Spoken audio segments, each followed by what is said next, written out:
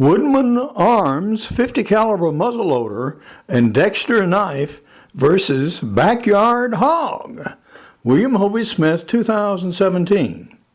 I'm the author of Backyard Deer Hunting and also the owner of a new company, Hovey's Knives of China. And we had occasion to work with a wild hog in our backyard. This is Hovey Smith, the Backyard Sportsman. And we have two guns on the table, including the Woodman's Arm Patriot right here, which just yesterday finally got a kill. Well, as it turned out, the hog was in my backyard. And as you will see, this critter took it very, very neatly with one shot. And what it used was a Moxberry Beast Buster bullet here, which is a copper bronze projectile with a very deep hollow point, which expanded very, very well indeed, and you'll see a close-up of this later, and killed the hog quite decisively at a range of about 40 yards or so. Now, this gun has had quite a history in my hands already. It arrived last year, and we tried to get a kill with it during deer season. And in fact, we did shoot at a deer with it and hit it, but badly, because the stock had loosened. So we repaired the stock, and there's a video about that, by the way, and tightened it up. And since then, we have taken it on many other hunts. By many, I mean 10 or so. So it has been carried and put in vehicles, etc., etc., etc., and the stock attachment is now quite firm. We also have a red dot sight on it. Now, we chose the red dot sight for this particular gun because my hunting is usually close range stuff. 30 yards and closer is not unusual. With this red dot, I can hit to 100 yards and better if need be. But the shot, like at that hog I killed in my backyard, literally, was at about 30 yards. And it did very, very well. One shot, one dead hog. And the hog weighed, I couldn't really weigh it, probably between 100 and 125 pounds or so, something in that range. A nice, good eating hog. As a matter of fact, we're going to eat on it this very day. The other gun, its companion, I have here.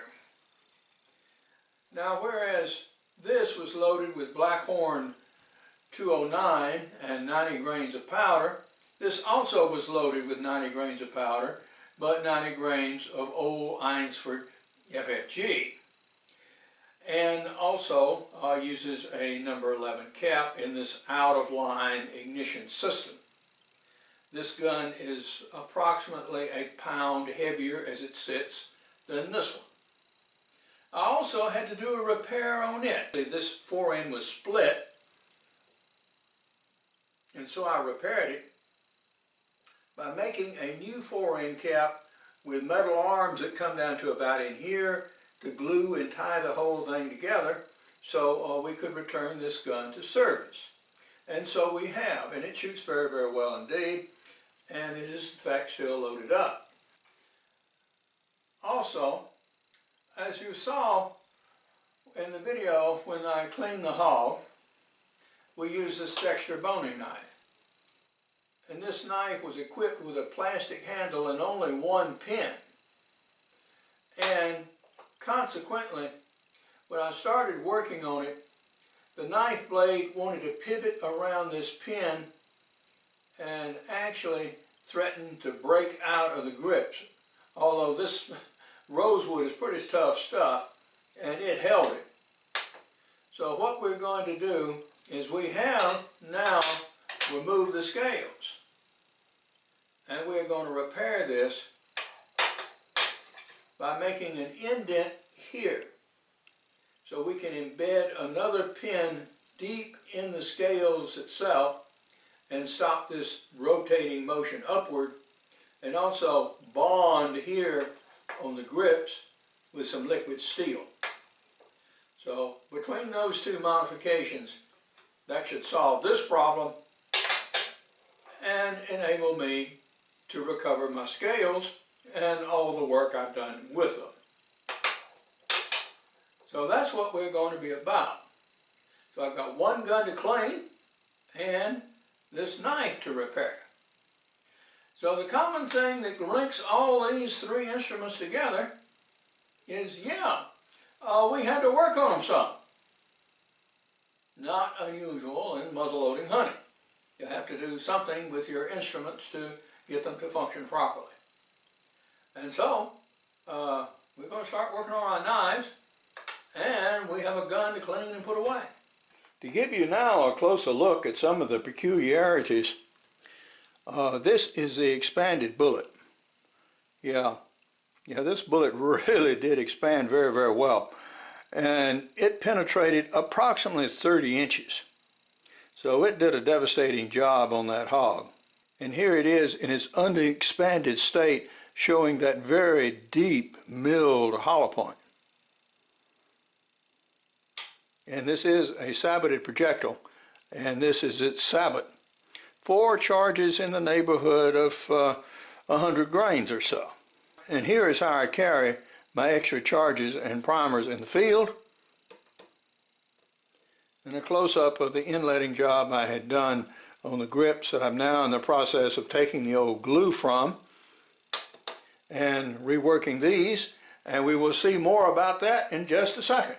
We're cleaning up the gun with isopropyl alcohol, and that's sufficient to clean up the residue of the gun. Now this gun requires this special wrench and this adapter to remove this breech plug. This is a specialized system peculiar to the Patriot rifle and other arms made by Woodman. It is not a standard thing in the industry. So if you come across one of these guns, make sure you keep up with these little accessory tools because you will need them. We've about done with the cleaning. 4 passes with these alcohol soaked patches did good for the barrel, and then we wound up with a patch with boar butter on it to put a little lube on the inside. The breech plug here we have removed, we have washed it, we have cleaned it, and we've taken a twist of paper and run down through it to get all of the water residue out of it. And we're going to put some heavy grease on it before we reinstall it back into the barrel so we can break it free next time. We're also going to put some lube on this pin, which fits pretty tightly. You don't want to get bimetallic corrosion between this steel pin and the aluminum frame, so you want to make sure that you do lubricate this.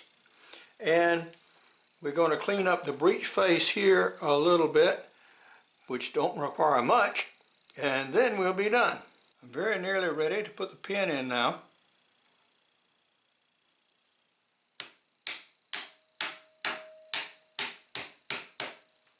And there it goes. So very easy, very simple.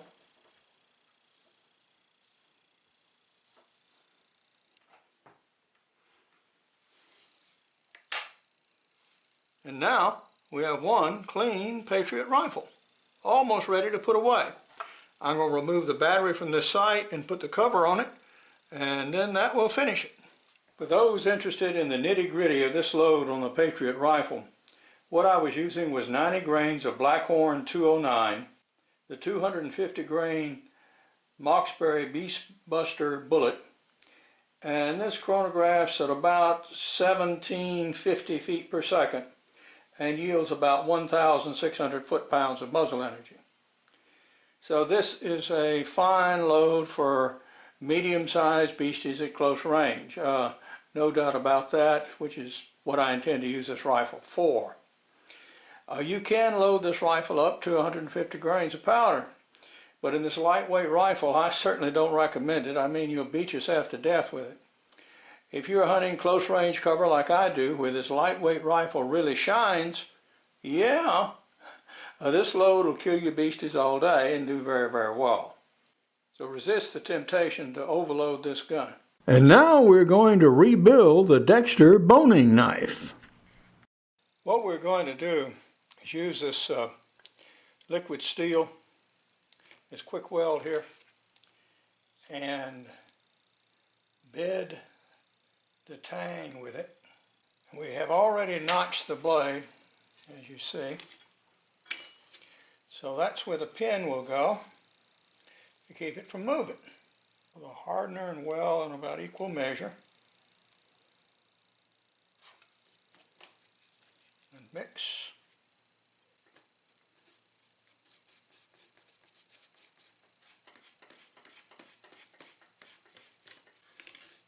Okay.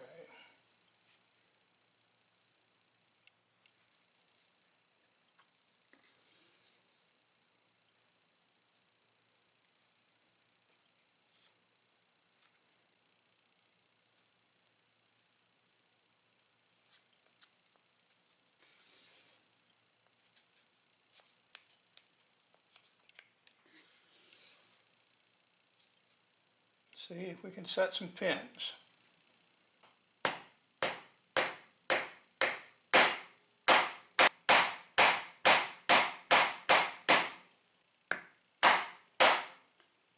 Okay, all the pins are through.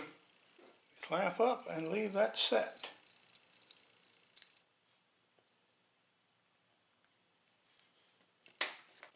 Get off as much of that excess as I can. The more we can remove while it's liquid, the less we have to grind away later. Well, thanks to the fact that we were able to use good handle material on this, we were able to make a save on this. So we have our new pin, as you see here, the central pin and the brass pin here at the end. And now the scales are glued and the handle rounded and the excess glue removed through the belt sander here. So this knife is ready for hand sanding and finishing. So yeah, this is now a right strong and very sharp boning knife. Of the three items on the table that have been repaired to make them fit for service, work on our Billy Joe Rubidoux knife has now been completed with a reinforcing pin installed here. As you can see, this knife, typical of several of my designs, has the blade clearing the surface when the knife sits upright. It also has a thumb rest here, which is subtle but very effective. And the entire lines of the grip itself are very smooth and flowing and comfortable in the hand. Now we shall see how it cuts, and it cuts very well, by the way.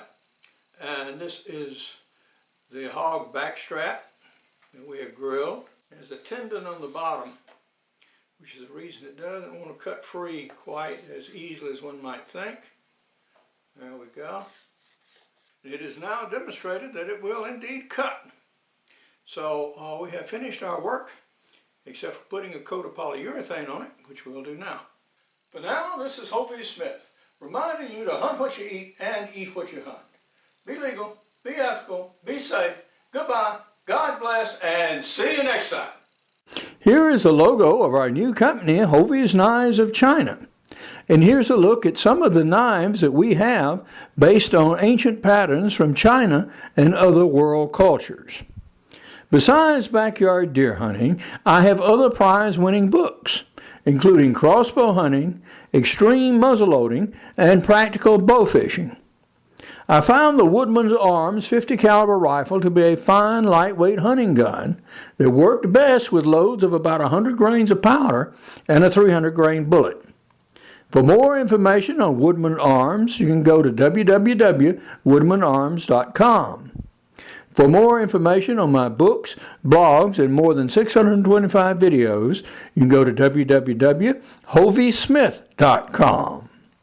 Good hunting and good eating from the outdoors. Goodbye, and God bless.